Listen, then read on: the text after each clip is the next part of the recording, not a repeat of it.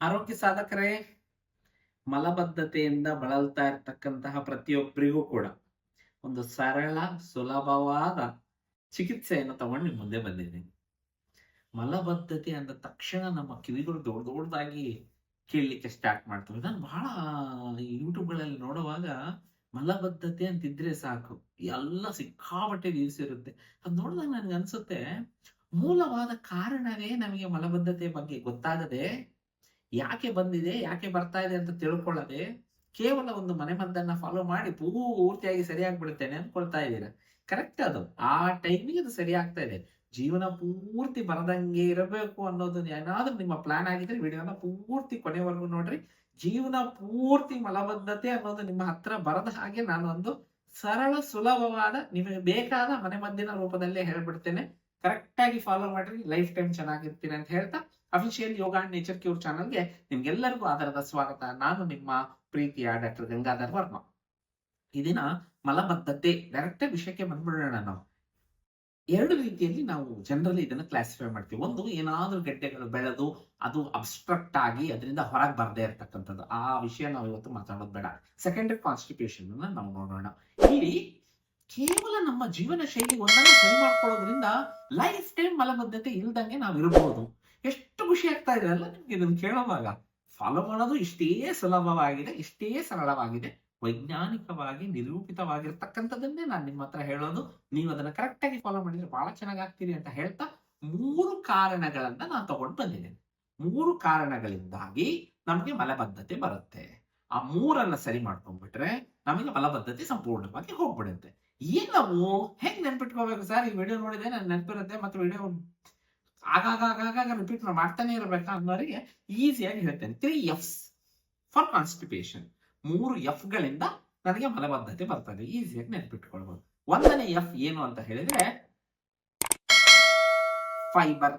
ಇದು ನಿಮ್ಗೆಲ್ಲರಿಗೂ ಗೊತ್ತಿದೆ. ಈ ಫೈಬರ್ಗಳಂತೂ ಟಿವಿ ಆಡ್ಗಳು, ಆಯುರ್ವೇದಿಕ್ ಔಷಧಿಗಳು, ನ್ಯಾಚುರೋಪತಿ ಔಷಧಿಗಳು, ಅಲೋಪತಿ ಔಷಧಿಗಳು ನುಂಗಿ ನುಂಗಿ ನುಂಗಿ ನುಂಗಿ ಅದರಿಂದಾನೇ ಬೇದಿ ಬರೋ ಹಂಗೆ ಮಾಡ್ಕೊಂಡು ಹ್ಯಾಬಿಟ್ ಫಾರ್ಮೇಶನ್ ಆಗಿ ಬಿಟ್ಟು ಬಹಳ ಜನ ಸಫರ್ ಆಗಿದ್ದೀರಿ. ಒಂದನೇದು ಫೈಬರ್.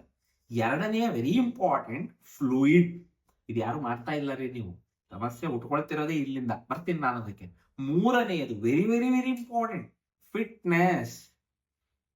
ಫಿಸಿಕಲ್ ಆಕ್ಟಿವಿಟಿ ಯಾವಾಗ, ಯಾವ ಕ್ಷಣದವರೆಗೂ, ಯಾವ ದಿನದವರೆಗೂ ಬಾಡಿಗೆ ಬರಲ್ಲ, ನೆನ್ಪಿಟ್ಕೊಂಡ್ಬಿಡ್ರಿ, ಕಾನ್ಸ್ಟಿಪೇಷನ್ ಸರಿ ಆಗೋದಿಲ್ಲ.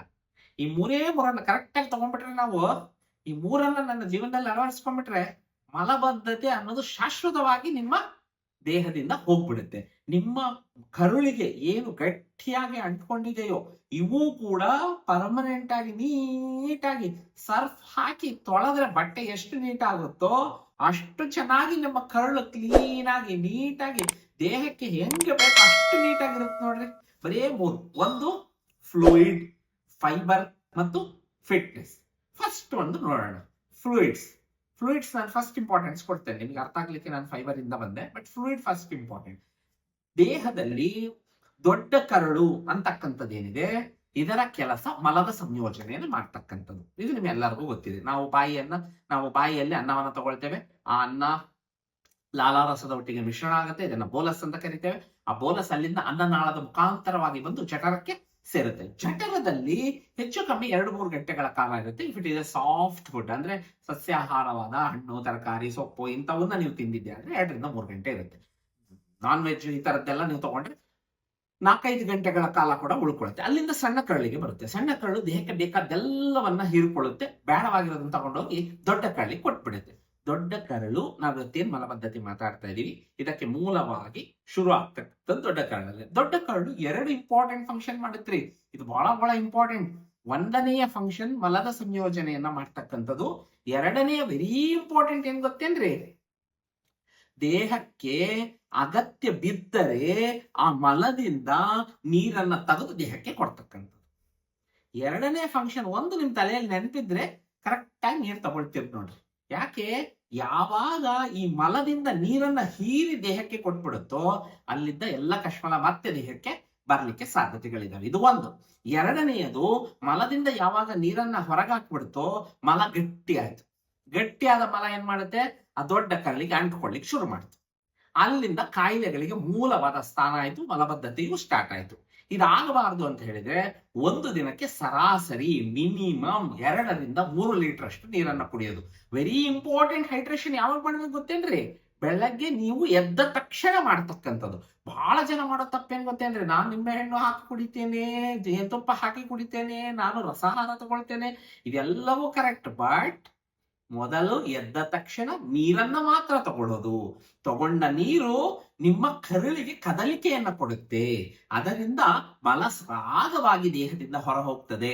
ಇದು ಮಾತ್ರ ಅಲ್ಲ, ಕುಡಿದ ನೀರು ಅರ್ಧ ಗಂಟೆಯ ಒಳಗಾಗಿ ನಿಮ್ಮ ರಕ್ತಕ್ಕೆ, ನಿಮ್ಮ ಕರುಳಿನಿಂದ ಹೀರಲ್ಪಟ್ಟು ರಕ್ತಕ್ಕೆ ಬಂದು ರಕ್ತದಲ್ಲಿರ್ತಕ್ಕಂಥ ಯೂರಿಯಾ, ಯೂರಿಕ್ ಆಸಿಡ್, ಕ್ರಿಯಾಟಿನ್ ಎಲ್ಲವನ್ನು ತಗೊಂಡು ಕಿಡ್ನಿಗೆ ಬಂದು ಕಿಡ್ನಿಯಿಂದ ಇವೆಲ್ಲವನ್ನು ಮೂತ್ರದ ರೂಪದಲ್ಲಿ ದೇಹದಿಂದ ಹೊರ ಆಗುತ್ತೆ. ಆಮೇಲೆ ನೀವು ಒಂದು ವಾಕಿಂಗೋ, ಯೋಗಾನೋ, ಎಕ್ಸಸೈಸೋ ಮಾಡಿದ್ರೆ ಇಲ್ಲಿಂದ ನಿಮ್ಮ ಚರ್ಮ ಮತ್ತು ಶ್ವಾಸಕೋಶಗಳು ಎರಡೂ ಆಕ್ಟಿವೇಟ್ ಆಗುತ್ತೆ. ಎರಡೂ ಕೂಡ ಕಂಪ್ಲೀಟ್ ಆಗಿ ಶುಭ್ರ ಆಗುತ್ತೆ. ಅಲ್ಲಿಗೆ ನೀವು ಬೆಳಗ್ಗೆ ತಗೊಂಡಂತಹ ನೀರು ನಿಮ್ಮ ದೇಹದ 4 ವಿಸರ್ಜನಾಂಗಗಳನ್ನ ಸಂಪೂರ್ಣವಾಗಿ ಶುಭ್ರ ಮಾಡುತ್ತೆ. ಅತಿ ಮುಖ್ಯವಾಗಿ ನಿಮ್ಮ ಕರುಳನ್ನು ಕೂಡ ಶುಭ್ರ ಮಾಡಿದೆ. ಎರಡನೆಯದು ಫೈಬರ್. ಫೈಬರ್ ಅಂತ ಹೇಳಿದ್ರೆ ಅದು ಸೆಪರೇಟ್ ಮಾಡಿ ಒಣಗಿರ್ತಕ್ಕಂಥ ಚೂರ್ಣಗಳನ್ನ, ಪೌಡರ್ಗಳನ್ನ, ಗುಳಿಗೆಗಳನ್ನ ಹಾಕೊಳ್ಳೋದು ಬೇಡ. ರಾತ್ರಿ ಊಟ ಏನ್ ಮಾಡ್ತೀರಿ ಅದನ್ನ ಸಂಜೆಯ ಊಟವನ್ನಾಗಿಸಿ. ಸಂಜೆಯ ಊಟದಲ್ಲಿ ಹೆಚ್ಚಿನದಾದಂತಹ ಹಣ್ಣು ತರಕಾರಿಗಳನ್ನ ಸೇವನೆ ಮಾಡಿ. ಇವತ್ತಿನಿಂದ ನಿಮ್ಮ ಸಂಜೆಯ ಆಹಾರ 3 ಕೋರ್ಸ್ ಮೀಲ್ ಆಗ್ಲಿ. 3 ಕೋರ್ಸ್ ಮೀಲ್ ಅಂದ್ರೆ ಫಸ್ಟ್ ಕೋರ್ಸ್ 1 ಬೌಲ್ ಹಣ್ಣನ್ನ ತಗೊಳ್ರಿ, ಸೆಕೆಂಡ್ ಕೋರ್ಸ್ ನಿಮ್ಮ 1 ಬೌಲ್ ಅಷ್ಟು ತರಕಾರಿ ತಗೊಳ್ರಿ, ಕೊನೆಯದಾಗಿ ನಿಮಗೆ ಬೇಕಾದ ರೊಟ್ಟಿ, ಚಪಾತಿ, ರೈಸು, ಮುದ್ದೆ ಇವುಗಳನ್ನ ತಗೊಳ್ರಿ. ಯಾವಾಗ ಹಸಿ ಹಣ್ಣು ತರಕಾರಿ ಸಂಜೆಯ ಊಟದಲ್ಲಿ ನಿಮ್ಮ ದೇಹವನ್ನ ಸೇರುತ್ತೋ ಇದು ಸಾಲ್ಯುಬಲ್ ಮತ್ತು ಇನ್ಸಾಲ್ಯುಬಲ್ ಫೈಬರ್ ಆಗಿ ಕೆಲಸ ಮಾಡುತ್ತೆ. ಇದು ದೇಹದಲ್ಲಿ ನಿಮ್ಗೆ ಮಲಬದ್ಧತೆ ಇಲ್ಲದ ರೀತಿಯಲ್ಲಿ ಇದು ಬಹಳ ಚೆನ್ನಾಗಿ ಕೆಲಸವನ್ನ ಮಾಡುತ್ತೆ. ಮೂರನೆಯದು very very important, physical fitness. ಬೆಳಗ್ಗೆ ನೀರನ್ನ ಕುಡಿದು ಮೋಷನ್ ಬರುವವರೆಗೂ ಕೂಡ ವಾಕಿಂಗ್ ಅನ್ನ ಮಾಡ್ರಿ. ಮೋಷನ್ ಆಗುವವರೆಗೂ ಕೂಡ ಎಕ್ಸಸೈಸ್ ಅನ್ನ ಮಾಡ್ರಿ. ಮೋಷನ್ ಆಗುವವರೆಗೂ ಕೂಡ ಶಂಖ ಪ್ರಕ್ಷಲನ ಕ್ರಿಯಾ ಅಂತ ಬರುತ್ತೆ. ಅದರಲ್ಲಿ ಬರ್ತಕ್ಕಂತಹ 5 ಆಸನಗಳ ಅಭ್ಯಾಸಗಳನ್ನ ಮ್ಯಾಂಡೇಟರಿ ಆಗಿ ಮಾಡಿ. ಇದೊಂದು ಹ್ಯಾಬಿಟ್ ಅನ್ನ ನೀವು ಫಾರ್ಮೇಶನ್ ಮಾಡ್ಕೊಂಡ್ರೆ ಹೊಟ್ಟೆಯ ಭಾಗದಲ್ಲಿ ಯಾವುದೇ ರೀತಿಯ ಮಲ ನಿಲ್ಲದ ರೀತಿಯಲ್ಲಿ ಇಡೀ ದೇಹದಿಂದ ಸಂಪೂರ್ಣವಾಗಿ ಕ್ಲಿನ್ಸ್ ಆಗುತ್ತೆ. ನೀವೆಲ್ಲ ಈ 3 ದೇಹದಲ್ಲಿ ಅಳವಡಿಸ್ಕೊಂಡ್ಬಿಟ್ರೆ ಯಾವ ಕಾರಣಕ್ಕೂ ಮಲಬದ್ಧತೆ ಇರೋದಿಲ್ಲ. ಸರ್, ಈಗ ಆಲ್ರೆಡಿ ಇದೆ, ಇದು ಹೋಗ್ಲಿಕ್ಕೆ ನಾನು ಏನ್ ಮಾಡ್ಬೇಕು ಅಂತಕ್ಕಂಥವ್ರು ಅರಳೆಣ್ಣೆ, ಕ್ಯಾಸ್ಟರ್ ಆಯಿಲ್ ಇದನ್ನ 1 ಚಮಚದಷ್ಟು, ಬಹಳ ಕ್ರೋನಿಕ್ ಕಾನ್ಸ್ಟಿಪೇಷನ್ ಇದ್ದರೆ ಅಪ್ ಟು 3 ಸ್ಪೂನ್ಗಳಷ್ಟು ಒಂದು ಎಲೆಗೆ ಹಾಕ್ಬಿಡ್ರಿ. 1 ಸ್ಪೂನ್ ನೀವು ಜೇನುತುಪ್ಪವನ್ನ ಅದಕ್ಕೆ ಸೇರಿಸಿ. 1 ಸ್ಪೂನ್ ಕ್ಯಾಸ್ಟರ್ ಆಯಿಲ್ ಹಾಕಿದ್ರೆ 1 ಸ್ಪೂನ್ ಜೇನುತುಪ್ಪವನ್ನ ಕಲಿಸಿ ಅದನ್ನ ನೆಕ್ಕೊಂಡ್ಬಿಡ್ರಿ. ಕ್ರೋನಿಕ್ ಇದ್ರೆ 2 ಸ್ಪೂನ್ ಪ್ಲಸ್ 2 ಸ್ಪೂನ್ ಜೇನುತುಪ್ಪ. ಈ ರೀತಿ ನೀವು ಅದನ್ನ ಬೆಳಗ್ಗೆ ಎದ್ದ ನಂತರದಲ್ಲಿ, ನೀರು ಕುಡಿದ ಆದ ನಂತರದಲ್ಲಿ ಇದನ್ನ ತಗೊಂಡ್ರೆ 1 ಗಂಟೆಯ ಒಳಗಾಗಿ ನಿಮ್ಗೆ ಮೋಷನ್ ಕ್ಲಿಯರ್ ಆಗುತ್ತೆ. ಒಂದು ಸರಿ ಈ ಹ್ಯಾಬಿಟ್ ನಿಮ್ಗೆ ಫಾರ್ಮ್ ಆಗ್ಬಿಟ್ರೆ ಈ ಫ್ಲೂಯಿಡ್, ಫೈಬರ್, ಫಿಟ್ನೆಸ್ ಅನ್ನ ನಿಮ್ಮ ದೇಹಕ್ಕೆ ನೀವು ಅಳವಡಿಸ್ಕೊಂಡ್ಬಿಟ್ರೆ ಲೈಫ್ ಲಾಂಗ್ ಯಾವುದೇ ರೀತಿಯ ಮಲಬದ್ಧತೆ ಸಮಸ್ಯೆ ನಿಮ್ಮ ಹತ್ರ ಬರೋದಿಲ್ಲ ಅಂತ ಹೇಳ್ತಾ ಈ ದಿನದ ಈ ಎಪಿಸೋಡ್ ಅನ್ನು ಮುಗಿಸ್ತಾ ಇದ್ದೀನಿ. ಧನ್ಯವಾದಗಳು.